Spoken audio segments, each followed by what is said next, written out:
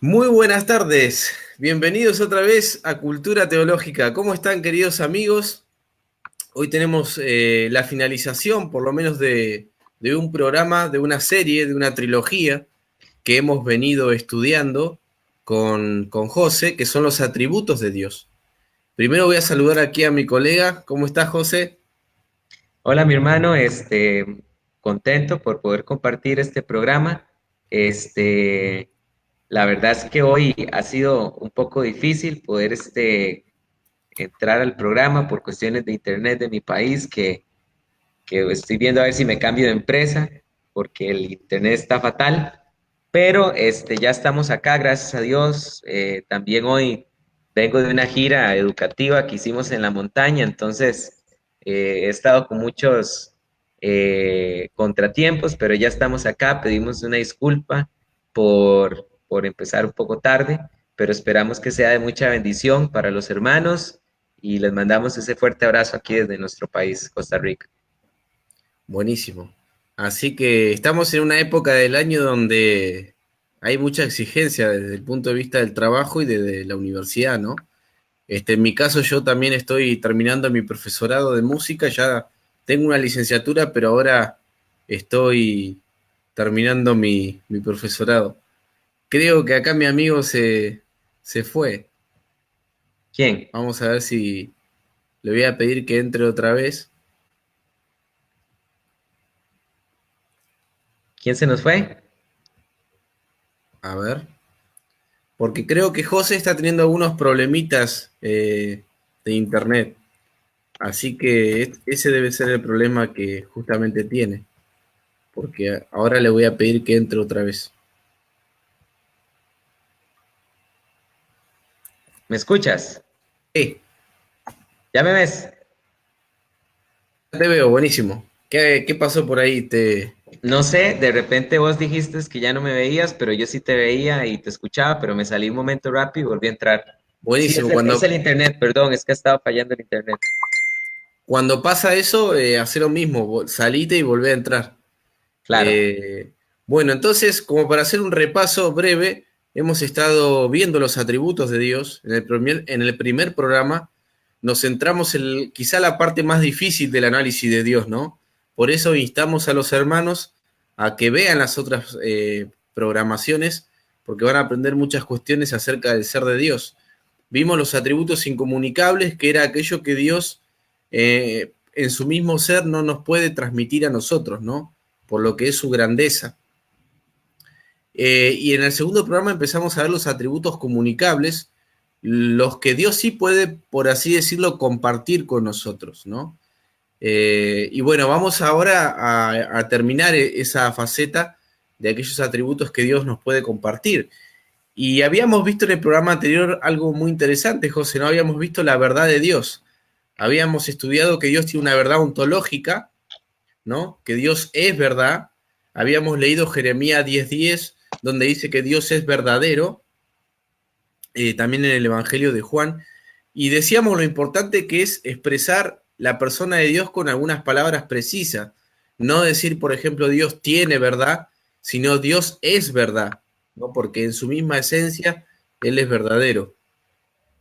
Y vimos la verdad, la veracidad, que es la conformidad de lo que se piensa con lo que se dice, y la palabra de Dios nos dice que Dios es veraz, y vimos la fidelidad, que es la puesta en práctica en la vida del creyente de esa verdad ontológica y de esa veracidad de Dios.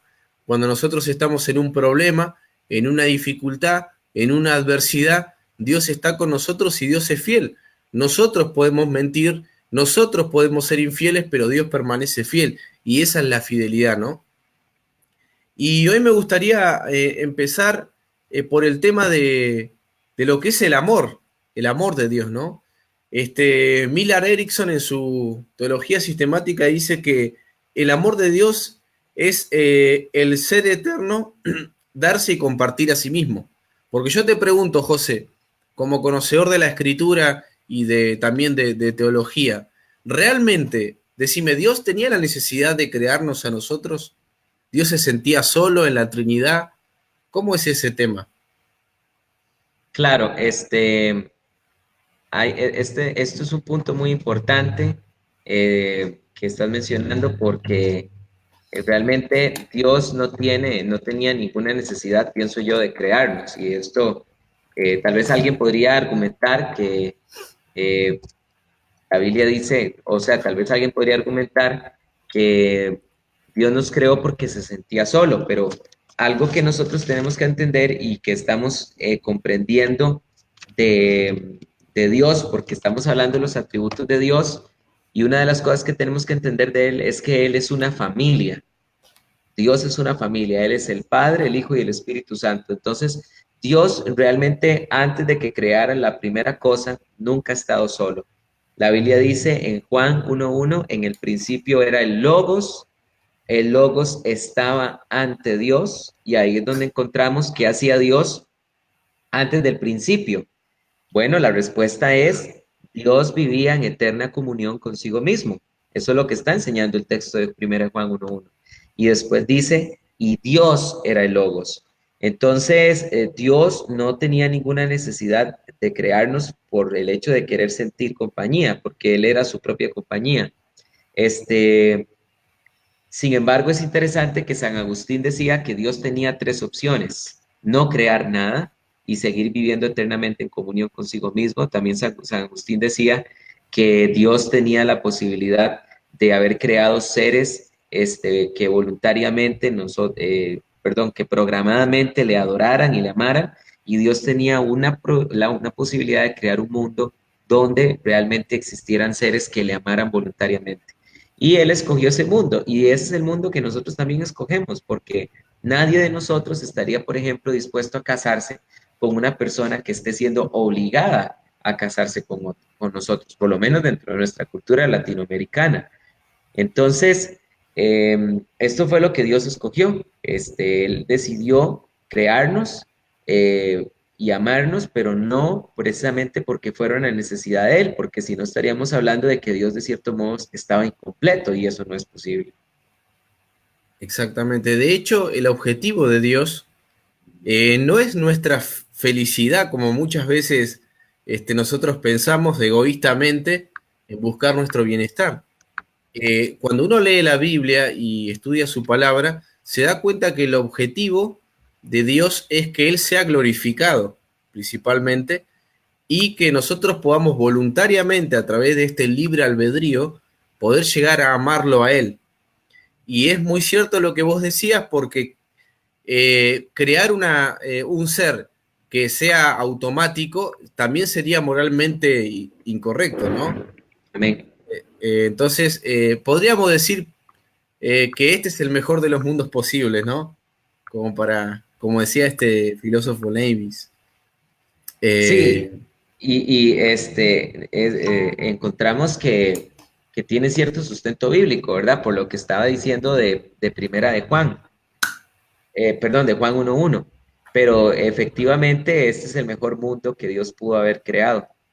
Este, no sé si, hermano, antes de comenzar, de entrar más de lleno en el programa, tal vez sí hemos estado viendo que nos han estado siguiendo de diferentes partes del mundo, y esto nos tiene muy contentos. La vez pasada nos ganaron los argentinos, ¿verdad? Escucharon más el Ujú. programa Argentinos que Ticos, nos ganaron.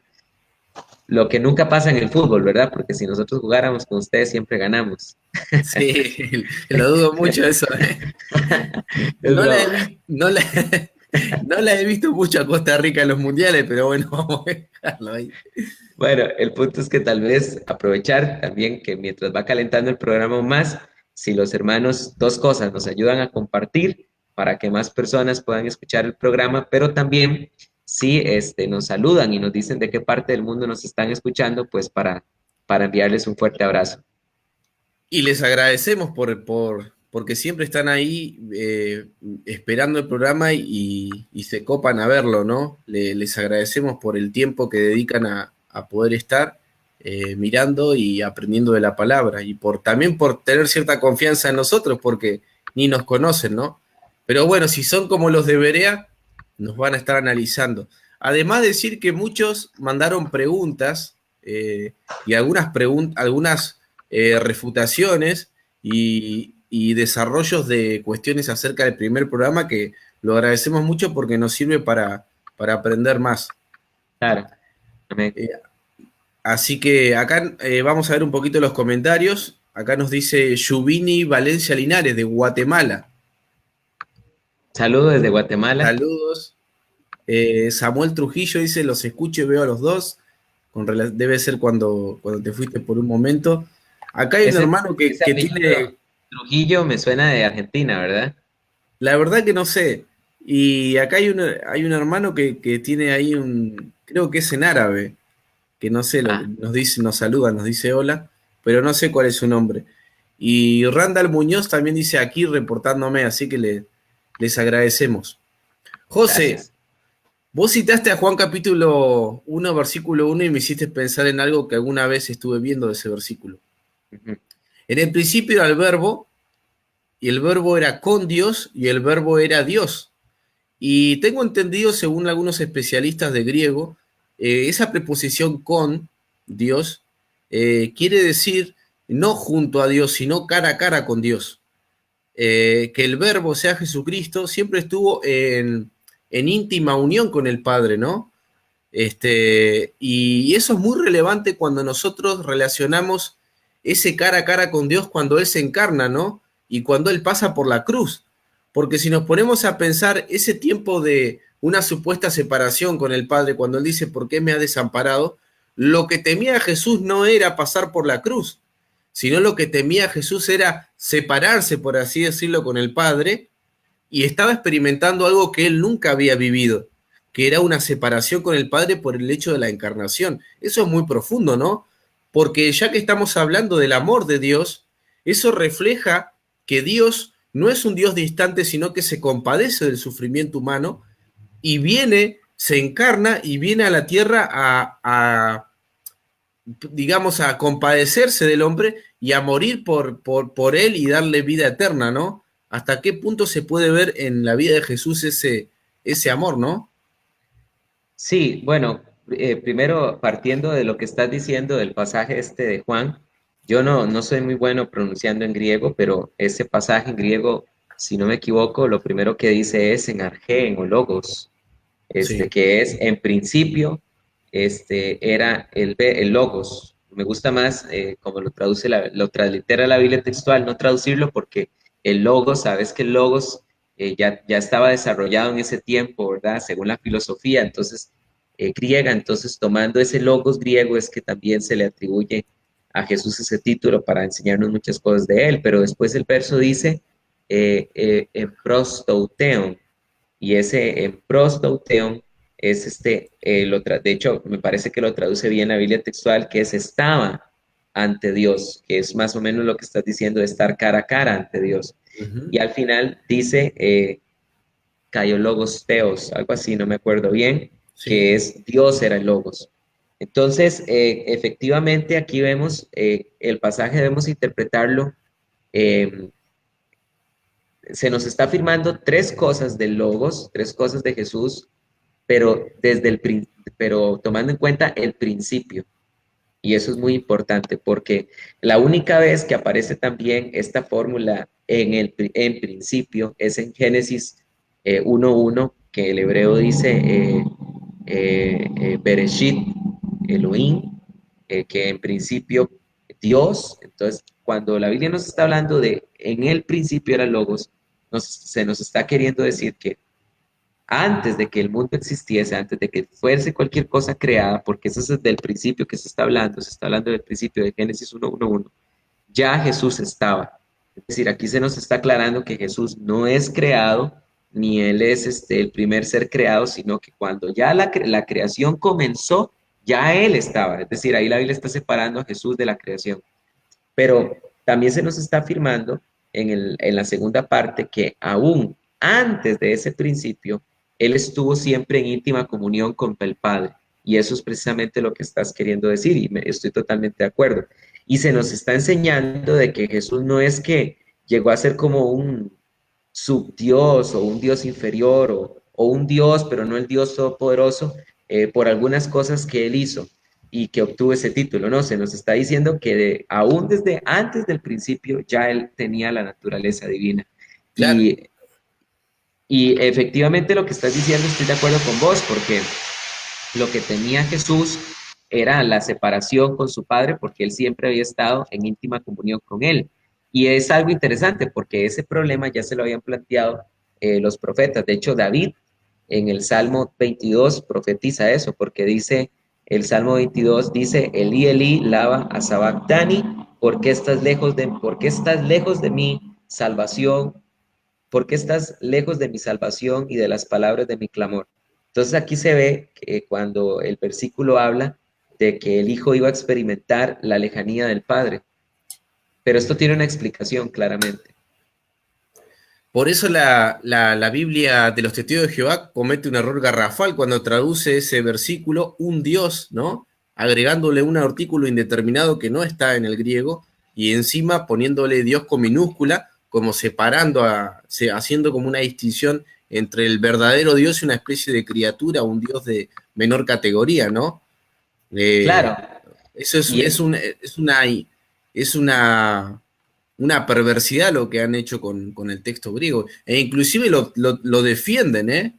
Pero no es insostenible eso, ese tipo claro, de empezando traducción. que ese artículo que vos estás mencionando, en ningún manuscrito antiguo de peso registra ese un, ¿verdad?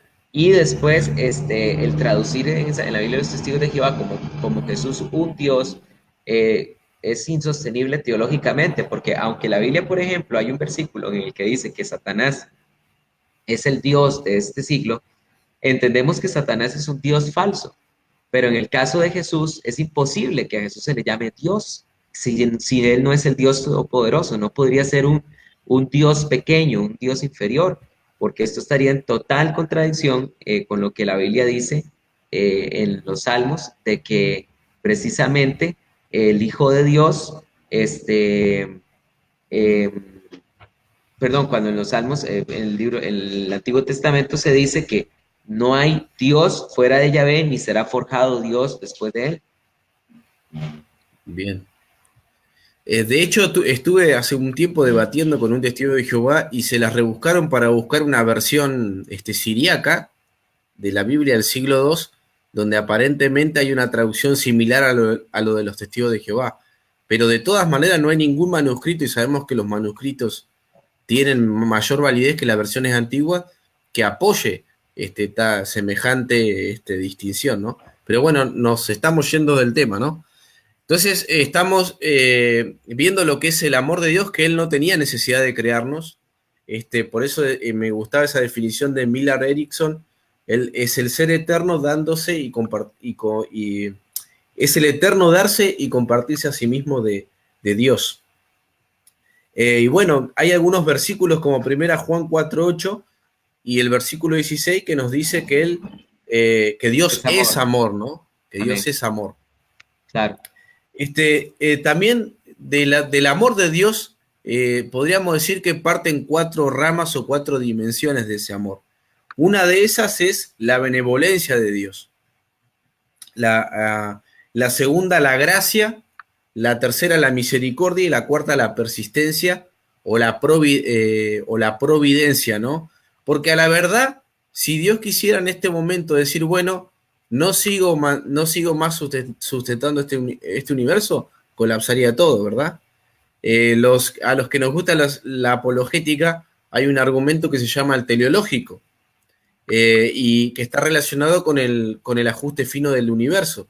Y ese argumento dice que si una parte infinitesimal de alguna de las variantes que sustentan el universo, como sería, por ejemplo, la gravedad, fuera alterada infinitesimalmente, este universo colapsaría, ¿no?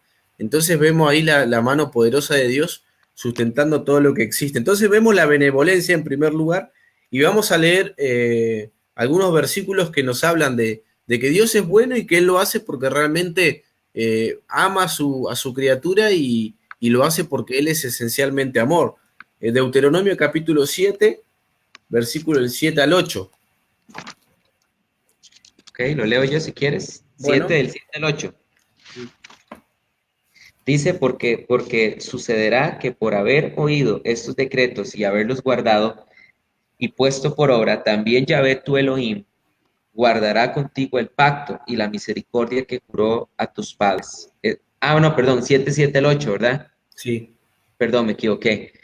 Yahvé puso su amor en vosotros y os escogió no porque fuerais más numerosos que cualquiera de los pueblos, porque sois el pueblo más pequeño, sino que por el puro amor de Yahvé a vosotros, por mantener el juramento que juró a vuestros padres, os sacó Yahvé con mano fuerte y os redimió de la casa de esclavitud del dominio de Faraón, rey de Egipto.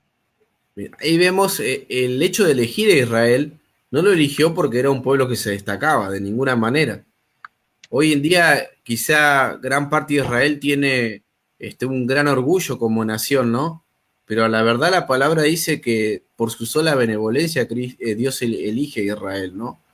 Y ahí vemos Claro, esta... y aquí se dice que esto es interesante y esto es muy importante entenderlo porque esto es parte de la naturaleza de Dios.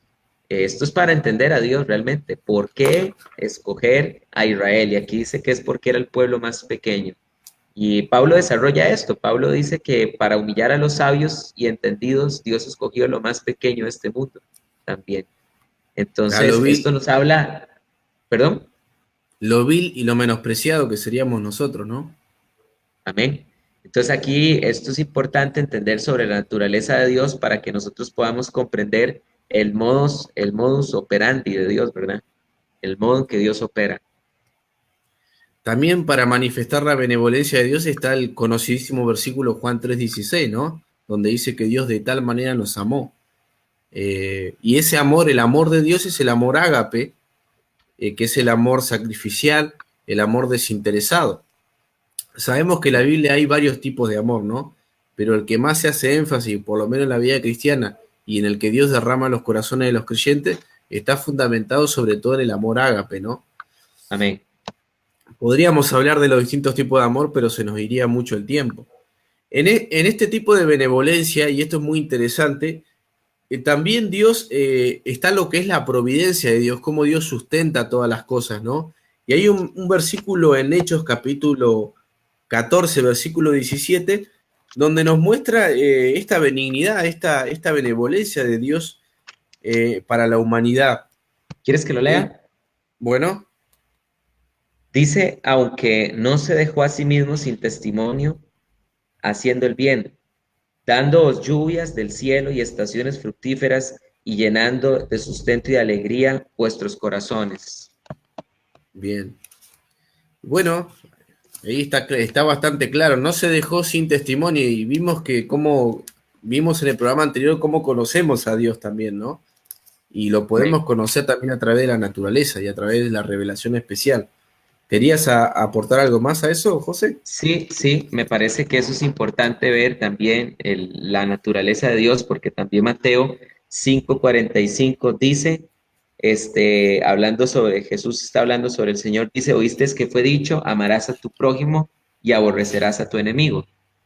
Pero yo os digo, amad a vuestros enemigos y orad por los que os persiguen, para que seáis hijos de vuestro Padre, que está en los cielos y que hace salir su sol sobre malos y buenos y hace llover sobre justos e injustos. Entonces, aquí nosotros tenemos que entender que este estudio al final está sirviendo en nuestras vidas para que nosotros podamos entender que muchas de esas cualidades de Dios, Dios quiere que sean también reflejadas en nosotros mismos, en nuestro estilo de vida. Así es. También hay otro versículo muy interesante en Mateo, capítulo 6, donde habla también de esta provisión, de esta providencia de Dios. Mateo 6:25 dice, por eso os digo, no os preocupéis por vuestra vida, qué comeréis o qué beberéis, ni por vuestro cuerpo, qué vestiréis. ¿No es la vida más que el alimento y el cuerpo más que la ropa? Mirad las aves del cielo que no siembran, ni ciegan, ni recogen en graneros, y sin embargo, vuestro Padre Celestial las alimenta. ¿No sois vosotros de mucho más valor que ella? ¿Y quién de vosotros, por ansioso que esté, puede añadir una hora al curso de su vida? Amén. Esto nos tiene que servir en todos los aspectos de la vida, ¿no? Dios se encarga de la provisión. Yo en momentos de crisis he experimentado cómo Dios me provee de maneras milagrosas, de que nunca me imaginé que Dios iba a sacar de ahí alguna provisión, ¿no? Y es bueno cuando uno lo empieza a vivir y a creerlo así, ¿no? Mira, te cuento rápidamente una anécdota para que tal vez a veces nos vayan conociendo un poquito en nuestra vida personal. A mí me pasó algo muy gracioso con eso que estás diciendo. Cuando yo estaba en la universidad, pasé muchos tiempos de escasez y me acuerdo que en una ocasión tuvimos que quedarnos a hacer un trabajo. No estaba programado. Yo me tenía que ir a las 12 del día, ya terminada la universidad ese día, y nos tuvimos que quedar a hacer un trabajo y resulta que después del almuerzo nos íbamos a quedar trabajando más y yo estaba molesto por quedarme porque pues fue así como muy sacado de la manga de parte de los otros compañeros y yo no tenía plata para almorzar. Entonces todos mis compañeros se fueron a almorzar y yo me quedé ahí sentado en- en un pasadizo y te voy a ser sincero, como Jonás me enojé con Dios. Y entonces yo me acuerdo que estaba, eso fue hace años, ¿verdad? Pero volví a ver al cielo y le hice así a Dios como, ah, Señor, así le pagas a tu siervo.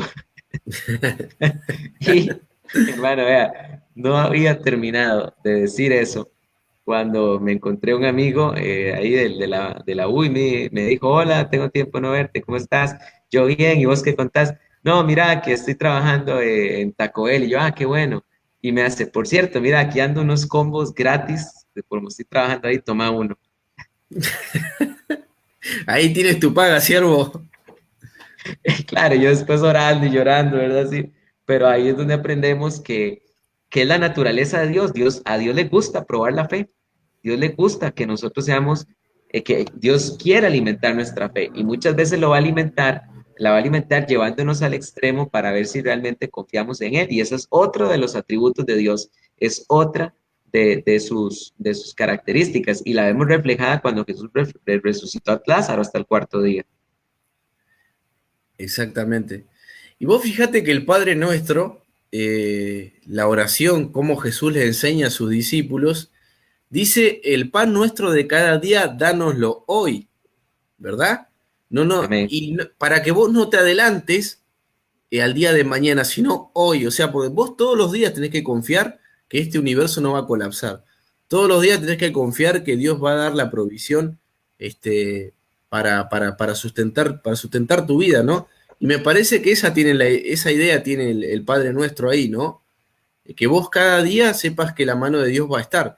Por eso que a la gente que más les cuesta creer en Dios es a la gente que tiene más dinero y más pertenencias, porque eso le da seguridad en su vida, ¿no? En cambio, al pobre como nosotros, constantemente Dios está probando nuestra fe o estamos ahí con necesidades y vemos cómo Dios va proveyendo.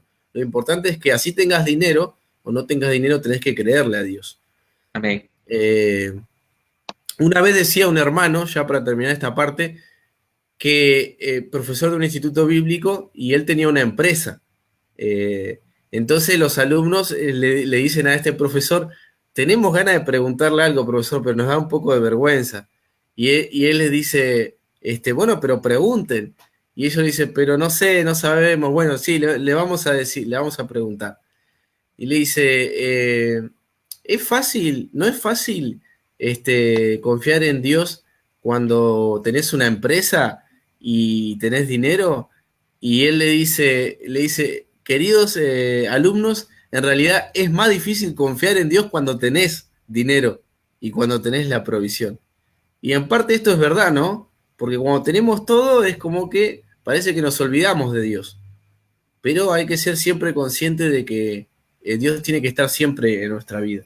Entonces, Claro, porque el que tiene dinero y realmente ama a Dios y confía en Dios es porque ha ejercitado realmente su fe, ¿verdad? Porque a veces el que pasa necesidad, las circunstancias lo han moldeado de esa manera, pero a veces, como vos decís, el rico tiene muchas cosas y eso hace precisamente que el rico realmente tenga un mayor reto en cuanto al confiar en Dios.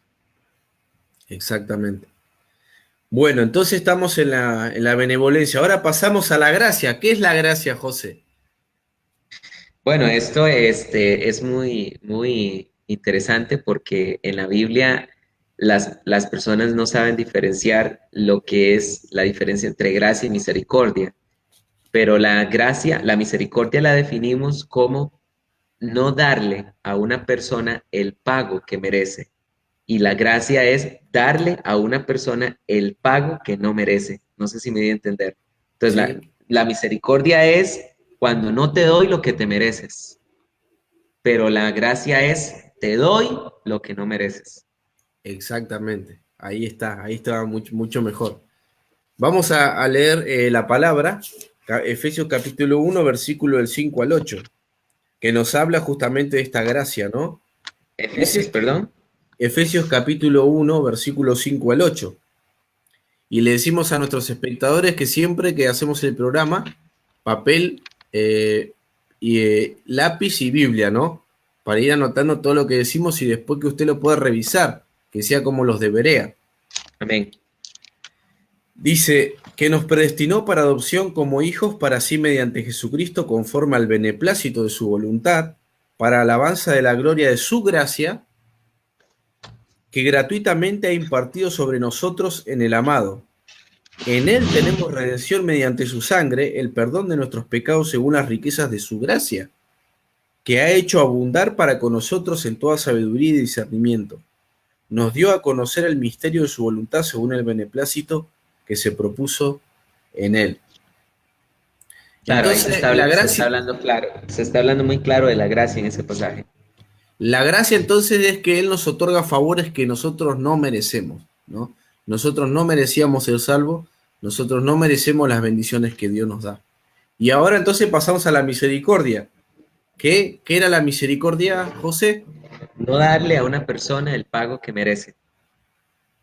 Si Dios, por así decirlo, se apiada de nuestra miseria, ¿no? Amén. Nos podría pagar conforme a lo que somos, pero no lo hace. ¿Algún versículo? Éxodo capítulo 3 versículo 7. A ver si está bien el versículo. Éxodo Éxodo capítulo capítulo 3, 3. versículo 17. Dice, y he dicho, os haré subir y he dicho, os haré subir de la aflicción de Egipto a la tierra del Cananeo, el Eteo, el Amorreo, el Pereceo, el Gergeseo, el Ebeo, el Jebuseo, a una tierra que fluye leche y miel. Este es el que dices. Sí, creo que sí. Y el Señor dijo, ciertamente he visto la aflicción de mi pueblo que está en Egipto. Tiene que ver con que Dios vio la miseria del pueblo, ¿no? Y se apiada a través de su misericordia. Esto es lo que Dios ve en Israel, ¿no? Amén. Pero también vemos los evangelios. ¿Te acordás alguna situación donde se ve la misericordia de Jesús en los evangelios?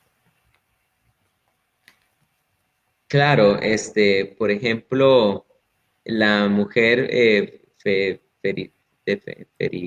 Ciro Fenicia. Ciro Fenicia, este pasaje donde la Biblia es una mujer que está pidiendo por misericordia, aún no siendo israelita, y clama por misericordia, porque ella dice, Señor, ten misericordia de mí. El pasaje es, tal vez si lo leemos, vamos a ver, Ciro Fenicia, donde porque es interesante, porque en ese pasaje encontramos que Jesús como que al final es falto de al principio parece que el Señor es falto de misericordia, porque hay una parte en donde le dice que los perros no deben comer, que no se deben saciar primero los perros antes que los hijos, pero en realidad lo que estamos viendo en este pasaje es un gran gesto de misericordia del Señor, y sobre todo porque también el Señor lo que quiere crear en esta mujer es lo que quiere resaltar es su gran fe. No sé si quieres que lo lea un segundo, este pasaje. Sí, creo que, si mal no recuerdo, la fe de esta mujer va creciendo en el contacto con Dios, ¿no? Correcto. Dice, eh, y levantándose de allí fue a la región de Tiro y entró en una casa y no quería que nadie lo supiera, pero no pudo pasar inadvertido. Al momento, una mujer cuya hija tenía un espíritu inmundo llegó luego que oyó acerca de él y fue y se postró a sus pies, y la mujer era griega de nacionalidad sirofenicia, y le rogaba que echara fuera el demonio de su hijita, pero le decía, deja que primero los hijos queden satisfechos porque no está bien quitar el pan de los hijos y echarlo a los perros. Pero ella respondió diciendo, Señor, también los perros debajo de la mesa comen de las migajas de los hijos. Y dijo, por esta respuesta, anda, el demonio ha salido de tu hija. Y al llegar a su casa, halló que el demonio había sido echado fuera y a la niña acostada en la cama. Entonces este pasaje se aplica mucho a lo que estás diciendo, porque la misericordia es también ver ese grado de, ¿cómo dijiste ahora? De bajeza, Sí, de necesidad. Y aquí el Señor ve la necesidad de esta mujer que siendo gentil está pidiendo por un milagro y el Señor tiene misericordia de ella. así es. Y bueno, ya para ir terminando, porque hoy vamos a hacer un poquito más corta la programación, vamos a hablar ahora, hablamos de la benevolencia de Dios, hablamos de la gracia de Dios, que es el favor inmerecido, hablamos de la misericordia de Dios, que Dios se apiada de nuestra miseria, y ahora vamos a hablar un poquito de la paciencia de Dios. Y es interesante porque en griego, viste que lo que sucede a veces con el español es que el español en una sola palabra dice muchas cosas, pero el griego tiene muchas palabras para decir algo. Y acá pasa lo mismo con el tema de la palabra paciencia. En griego hay dos palabras. Una es macrothumia o macrotumia, que significa espíritu largo. Y la Biblia nos dice que Dios tiene este tipo de paciencia con el hombre, en no airar, sino desatar su ira contra él. Por ejemplo, 1 Pedro 3:20 dice, quienes en otro tiempo fueron desobedientes cuando la paciencia de Dios esperaba los días de Noé durante la construcción del arca, en la cual unos pocos, es decir, 8 personas, fueron salvadas por medio del agua. Ahí la palabra paciencia es macrotumia, que Dios tiene paciencia del hombre, ¿no? Viste que Romanos también nos dice, nos habla bastante de eso, de cómo Dios ha tenido paciencia y va a tener un juicio en el futuro, pero sigue teniendo paciencia de los hombres, ¿no? Segunda Pedro capítulo 3 versículo 9.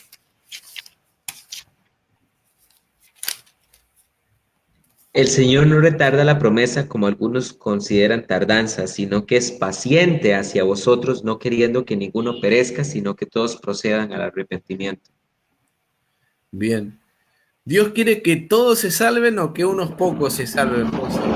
Qué tema que te estoy llevando a un callejón sin salida. ¿Qué pensás vos? ¿Sos calvinista? ¿Qué posición tenés con respecto a eso?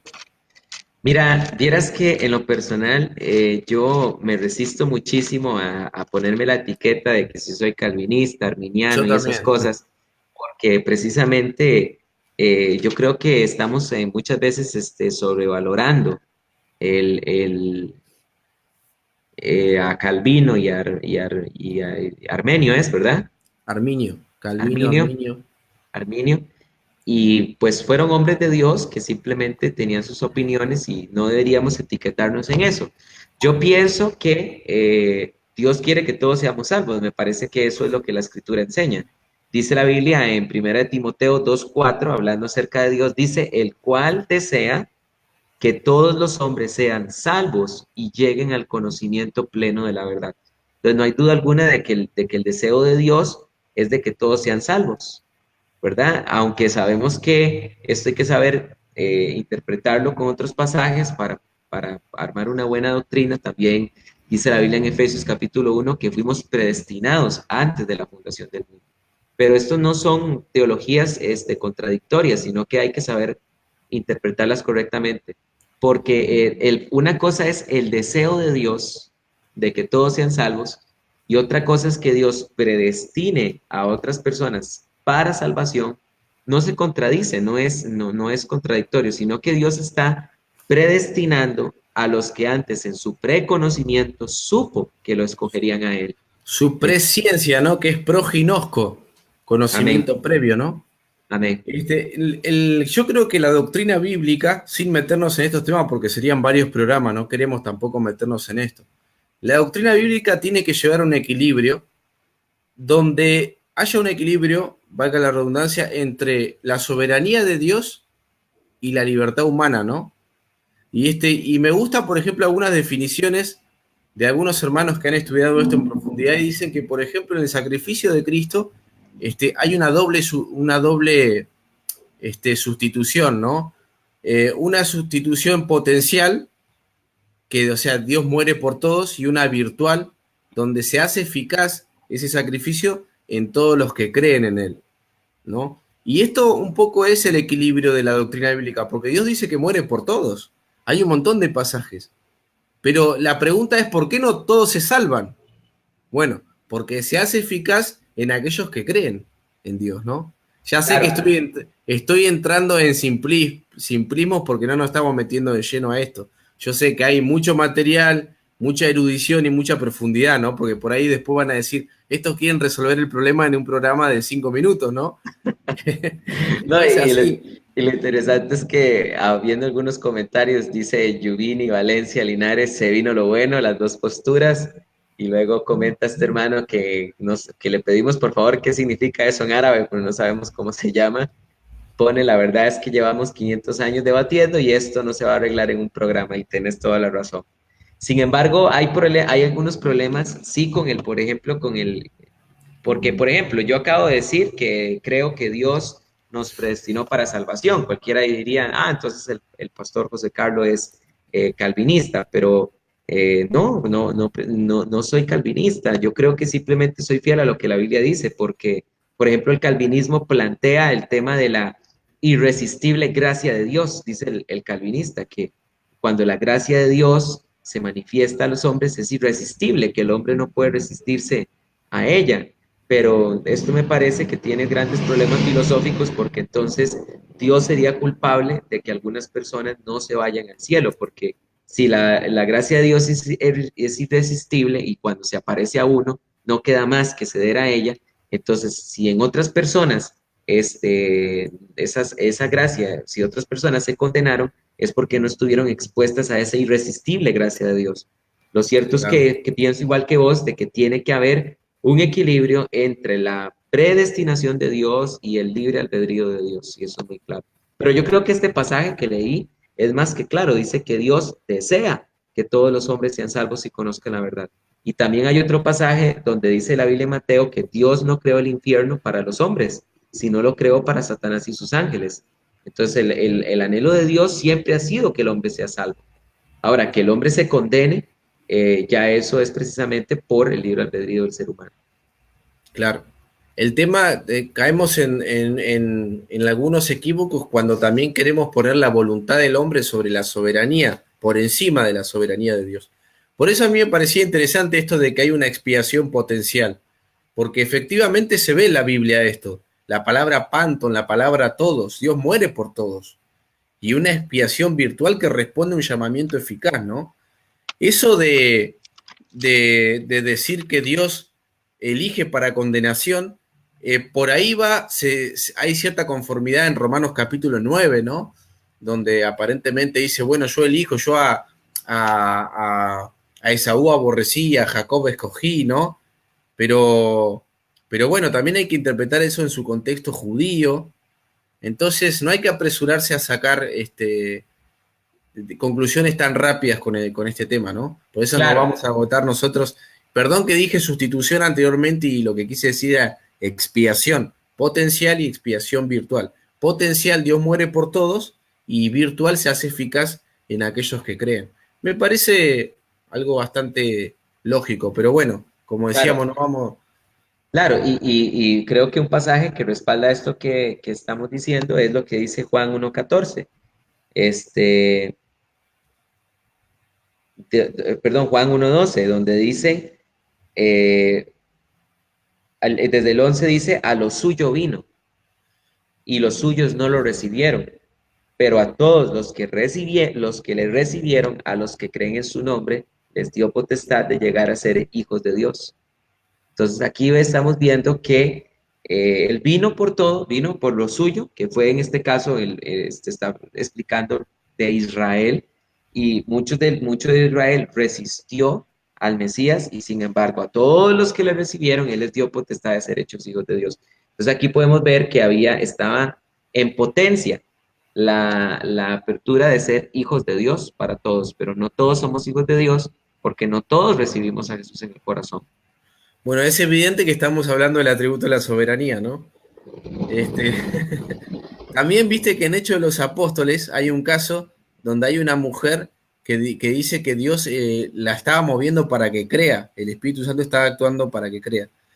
Entonces, decía, me acuerdo haber leído un comentarista que decía, Dios hace que crea la persona, pero no obliga a la persona, ¿no? Entonces, no hay que poner la libertad humana sobre la soberanía de Dios, pero también hay algo que es claro, que Dios aparentemente respeta la libertad humana, golpea la puerta también, hay muchos casos que también en la Biblia se ven, ¿no? Este, entonces, bueno, estamos ahora viendo la soberanía de Dios, pasamos sin querer a ese tema, pero bueno, acá nos Eh, vamos a leer na- algún na- comentario, ¿te parece? sí, eso es lo que te iba a decir, que habían algunos comentarios sobre eso. Nada más para, antes de que los vayas a leer, ya que vas a escoger algunos, quisiera aportar Juan 23:37 sobre esto que estamos diciendo, de que una cosa es los anhelos de Dios y otra cosa es la realidad que se vive. Porque Dios puede querer muchas cosas, pero también eso está el libre albedrío del hombre, que es parte de la misma soberanía de Dios, de respetar el libre albedrío del hombre, porque Jesús lloró por Jerusalén, cuando dice Jerusalén, Jerusalén, que mata a los profetas y apedrea a los que han sido enviados, y ve aquí el gesto no de desesperación, pero sí el gesto de frustración, diría yo, del Señor, cuando dice, ¿cuántas veces quise juntaros a tus hijos como la gallina junta los polluelos bajo las alas y no quisisteis? Ahí está clarísimo. Y no quisisteis. Claro, entonces, si no sería como una gran simulación. Este, Dios en realidad le cierra el corazón a la persona para que no cree y después la culpa de que no cree. Eso siempre, yo no me gustan las etiquetas, pero nunca he aceptado en ese aspecto el calvinismo porque la sensación que me da es que lo pone, te muestra una visión de un Dios un poco arbitrario, ¿no? Pero respeto igual a los hermanos y no quiero ofender a nadie. Y Ahora, quizás no tengo suficiente estudio como para, por eso digo, con todo respeto, no vamos a solucionar el problema en un programa. Y sé que hay mucha erudición detrás y como decía un hermano, hace 500 años se viene debatiendo.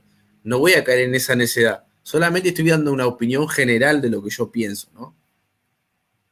sí, totalmente de acuerdo con vos. Por eso algunos teólogos hablan de lo que es la voluntad decretal y la voluntad preceptiva, ¿no? Y que esas dos voluntades, tanto la decretal, que Dios dice, bueno, los acontecimientos futuros se van a dar de una determinada manera y está escrito, y la voluntad preceptiva de que hay ciertas cuestiones que también van dependiendo de la obediencia del hombre, ¿no? Y esa voluntad decretal y esa voluntad preceptiva no se pueden contradecir, ¿no es cierto? El único que puede cambiar los acontecimientos sabemos que es Dios, pero tiene que haber cierta conciliación. La doctrina bíblica tiene que ir a un punto medio, tiene que cerrarnos de ese punto de vista. Y acá me parece un comentario muy interesante, y ya vamos terminando, donde dice Samuel Trujillo, dice, disculpen hermanos, ahorita que hablamos de soberanía y omnisciencia, ambos atributos de Dios, ¿qué pueden comentar respecto a la jerarquía o preeminencia entre ellos? Justamente desde el primer programa venimos diciendo que no se da en Dios. Justamente me parece que muchas veces estas doctrinas de la soteriología cometen ese error en poner en la balanza la soberanía de Dios por arriba de los otros atributos, ¿no? Se comete ese error. Y en realidad no podemos nosotros poner una jerarquía en los atributos de Dios. Todos son lo mismo. Dios en esencia es todos esos atributos.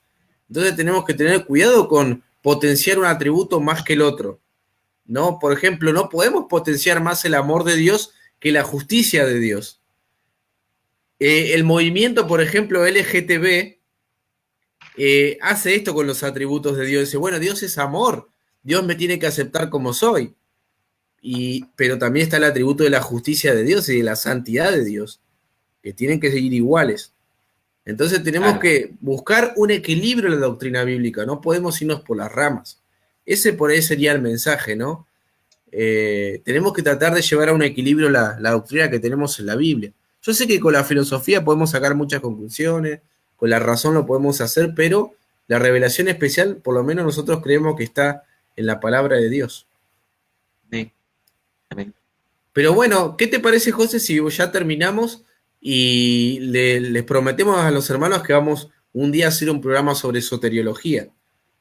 Me parece bien. Por lo menos De lo que igual, nosotros pensamos. Después no vamos a poder abordar todos los aspectos, ¿no? claro. No, y también, está bien, me parece excelente tema. Se ve que los hermanos están interesados en ese tema y sería bueno tocarlo. Y nada más decirles que la próxima semana vamos a tener un programa ya lleno sobre la Trinidad. Exacto. Sí, de los atributos de Dios vamos a pasar ahora a la Trinidad. Y me decía José que quizá vamos a estar 2 programas con eso. Pero recuerden que siempre los primeros programas es la parte más técnica, ¿no? Después ya como que vamos aflojando un poco como hemos hecho ahora, pero siempre los primeros programas nos metemos más en lo que son los argumentos filosóficos y explicar las cuestiones más difíciles y después vamos aflojando un poco. Así que le decimos que vean las otras transmisiones para ver más o menos el hilo conductor de lo que venimos haciendo. Le Claro. agradecemos nuevamente por estar ahí mirándonos, por elegirnos. Y bueno, usted sepa que todos los jueves tenemos un programa para que usted pueda aprender acerca de la palabra de Dios. Cualquier cosa nos escribe y no se olvide de compartir este programa. Así que le agradecemos, bendiciones y será hasta luego. Muchas gracias.